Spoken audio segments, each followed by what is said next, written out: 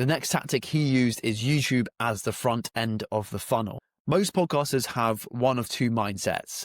Mindset one is we're primarily a Spotify podcast. YouTube is secondary. Mindset two, we're on all platforms equally. We let the audience pick where they consume us. Chris has mindset YouTube is the funnel. Spotify is where they stay. Here is the strategic difference. YouTube has the most powerful algorithm for discovery out of any platform. If your video is good, the algorithm can recommend it to millions, if not billions, of people who don't follow you and don't know you. Spotify just doesn't do that. Spotify surfaces content from people who already follow you, and that's basically about it. So the question becomes, where do new people discover modern wisdom? YouTube, almost exclusively YouTube. A listener discovers a clip, a 10-minute clip on YouTube, watches it, and then subscribes on YouTube.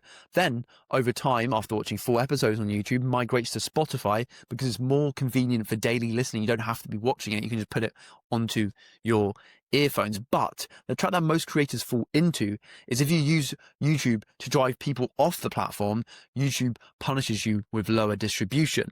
Here's why. The YouTube algorithm cares about 2 things: watch time and click-through rate. If people are clicking through external links, your watch time and engagement metrics decrease, so YouTube shows your videos to fewer people. Chris solves this by doing the opposite. Don't aggressively push Spotify in your YouTube videos. Don't put giant listen to Spotify buttons. Don't interrupt the video to block you to other platforms. Instead, optimize for YouTube viewers to stay onto YouTube. Make the YouTube experience so good that they subscribe. Then naturally, they go onto Spotify later when they want audio only consumption after a few episodes or a few months of listening to the show. This is completely different to how most podcasters approach it. They think, get people on YouTube to convert to Spotify, that build my Spotify numbers. Use YouTube to build the audience, then let them find Spotify spontaneously and organically. And the result is Modern Wisdom has a massive YouTube presence and a massive Spotify presence, not just by forcing people to go from one platform to the other, but by treating each platform as a distinct experience that viewers can choose themselves. Here are some specific tactical elements he optimizes on YouTube. Number 1, thumbnail. They're professional, consistent, simple, but compelling. Clickbaity in a desperate way, but definitely engineered for a thumb-stopping effect. I've heard him call it ethical clickbait, which is, I think, a really good phrase and very true to the tactics that they use to grow the channel, which you can use yourself. Number 2 is titles. We're going to break this down more later, but titles matter a lot. Number 3 is the intro hooks. The first 30 seconds are crucial. The first start of the episode cannot be rambling. It has to hook people in immediately. And that's often why they just start straight with the most engaging question first. 4 is subtitle trailers, small clips with captions that work with the sound off. This increases YouTube retention metrics because people don't need audio to stay engaged. They often watch with the audio off when it comes to short form content. And then 5 is end cards and recommended videos. This is a way to keep people on the channel and make the next video for them to watch obvious and therefore increase the watch time on your channel.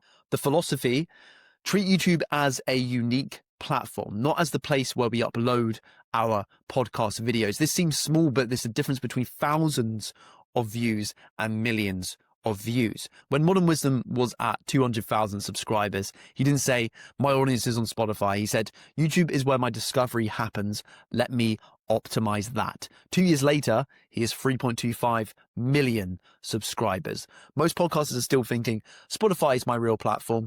YouTube is my extra. That's the old model.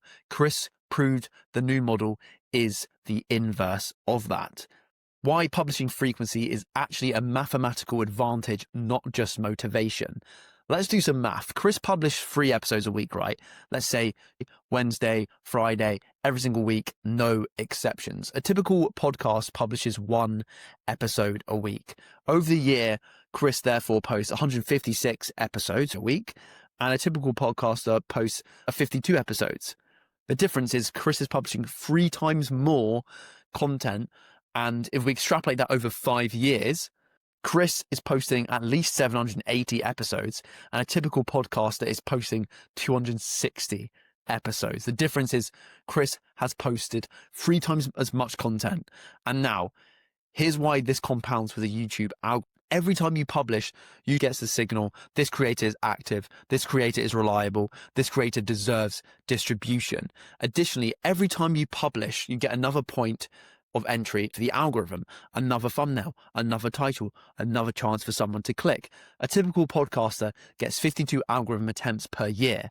Chris gets 156 algorithm attempts per year. In fact, he gets 365 algorithm attempts per year because he posts his clips on the same channel every single day. Which do you think gets more total views? It's literally not even close. But there's a deeper principle. Most creators think publishing frequency is about motivation. If I just commit to consistency, good things will happen. No, that's not why it works. Motivation is temporary. Willpower is limited. Publishing frequency works because it's structured advantage. It's not about belief, it's about mathematics. Here's an analogy. If two basketball players are identical in skill, same shooting percentage, same speed, same decision making, the one who takes 20 shots per game will score more than the one who takes 10 shots per game. Not because of belief, not because of some luck, it's because of sheer volume. Now, why not publish even more, like 5 episodes a week? He chose specifically, and here's why. 1, quality control. You can't maintain the production quality at 5 episodes per week without a massive team. It's the sweet spot where you can maintain audio quality, interview quality, and guest quality whilst keeping the team lean. 2 is sustainability. It's hard to be the guest acquisition person, the interviewer, the producer, and the strategist all at once. Episodes per week allows him to do all of that without complete burnout. It's intense but sustainable. Audience habit formation. Publishing 3 times per week is a way to create a habit loop. People know Tuesday, Wednesday, Friday. They expect it. I think actually now it's Tuesday, Thursday, and Saturday. They expect that schedule, right? If you publish randomly or unpredictably, the habit wouldn't form. Therefore, the watch time, the retention, the loyal audience wouldn't grow for you. 4 is guest logistics. Scheduling guests 3 times per week requires a system, right? But it's manageable. 5 times per week would require basically a full-time booking agent, which would be way too much. So is the inflection point. It's high enough to be a mathematical advantage over 1 times per week creators, and it's sustainable enough to be repeated forever. It's frequently enough to create a habit, and it's manageable enough to create a quality that doesn't suffer. The deeper principle, don't publish more, publish at the frequency that gives you maximum advantage and maximum sustainability. So currently right now, I'm posting 2 times a week, but once I get a slightly bigger team, slightly more free time, once the show grows, I'm going to try and push it to 3 times a week. And here's what most creators get wrong. They see Chris publishing 3 times a week and think, I should do that too. Then they try for 2 months and burn out because they don't have the systems in place. The real move is build the system first, then increase the frequency, not the other way around. By the time Chris went to episodes per week, he had a publishing workflow that was tested, a guest booking system that worked, an editing process that was reliable, production quality that he could maintain, a financial model that supported hiring help. He didn't go from 1 episode per week to overnight. He scaled into it over years and months. But once he had the systems, the frequency advantage is permanent. It's a structural edge, and it's one of the primary reasons modern wisdom grew from a flat structure and flat metrics to over 3.75 million subscribers on YouTube.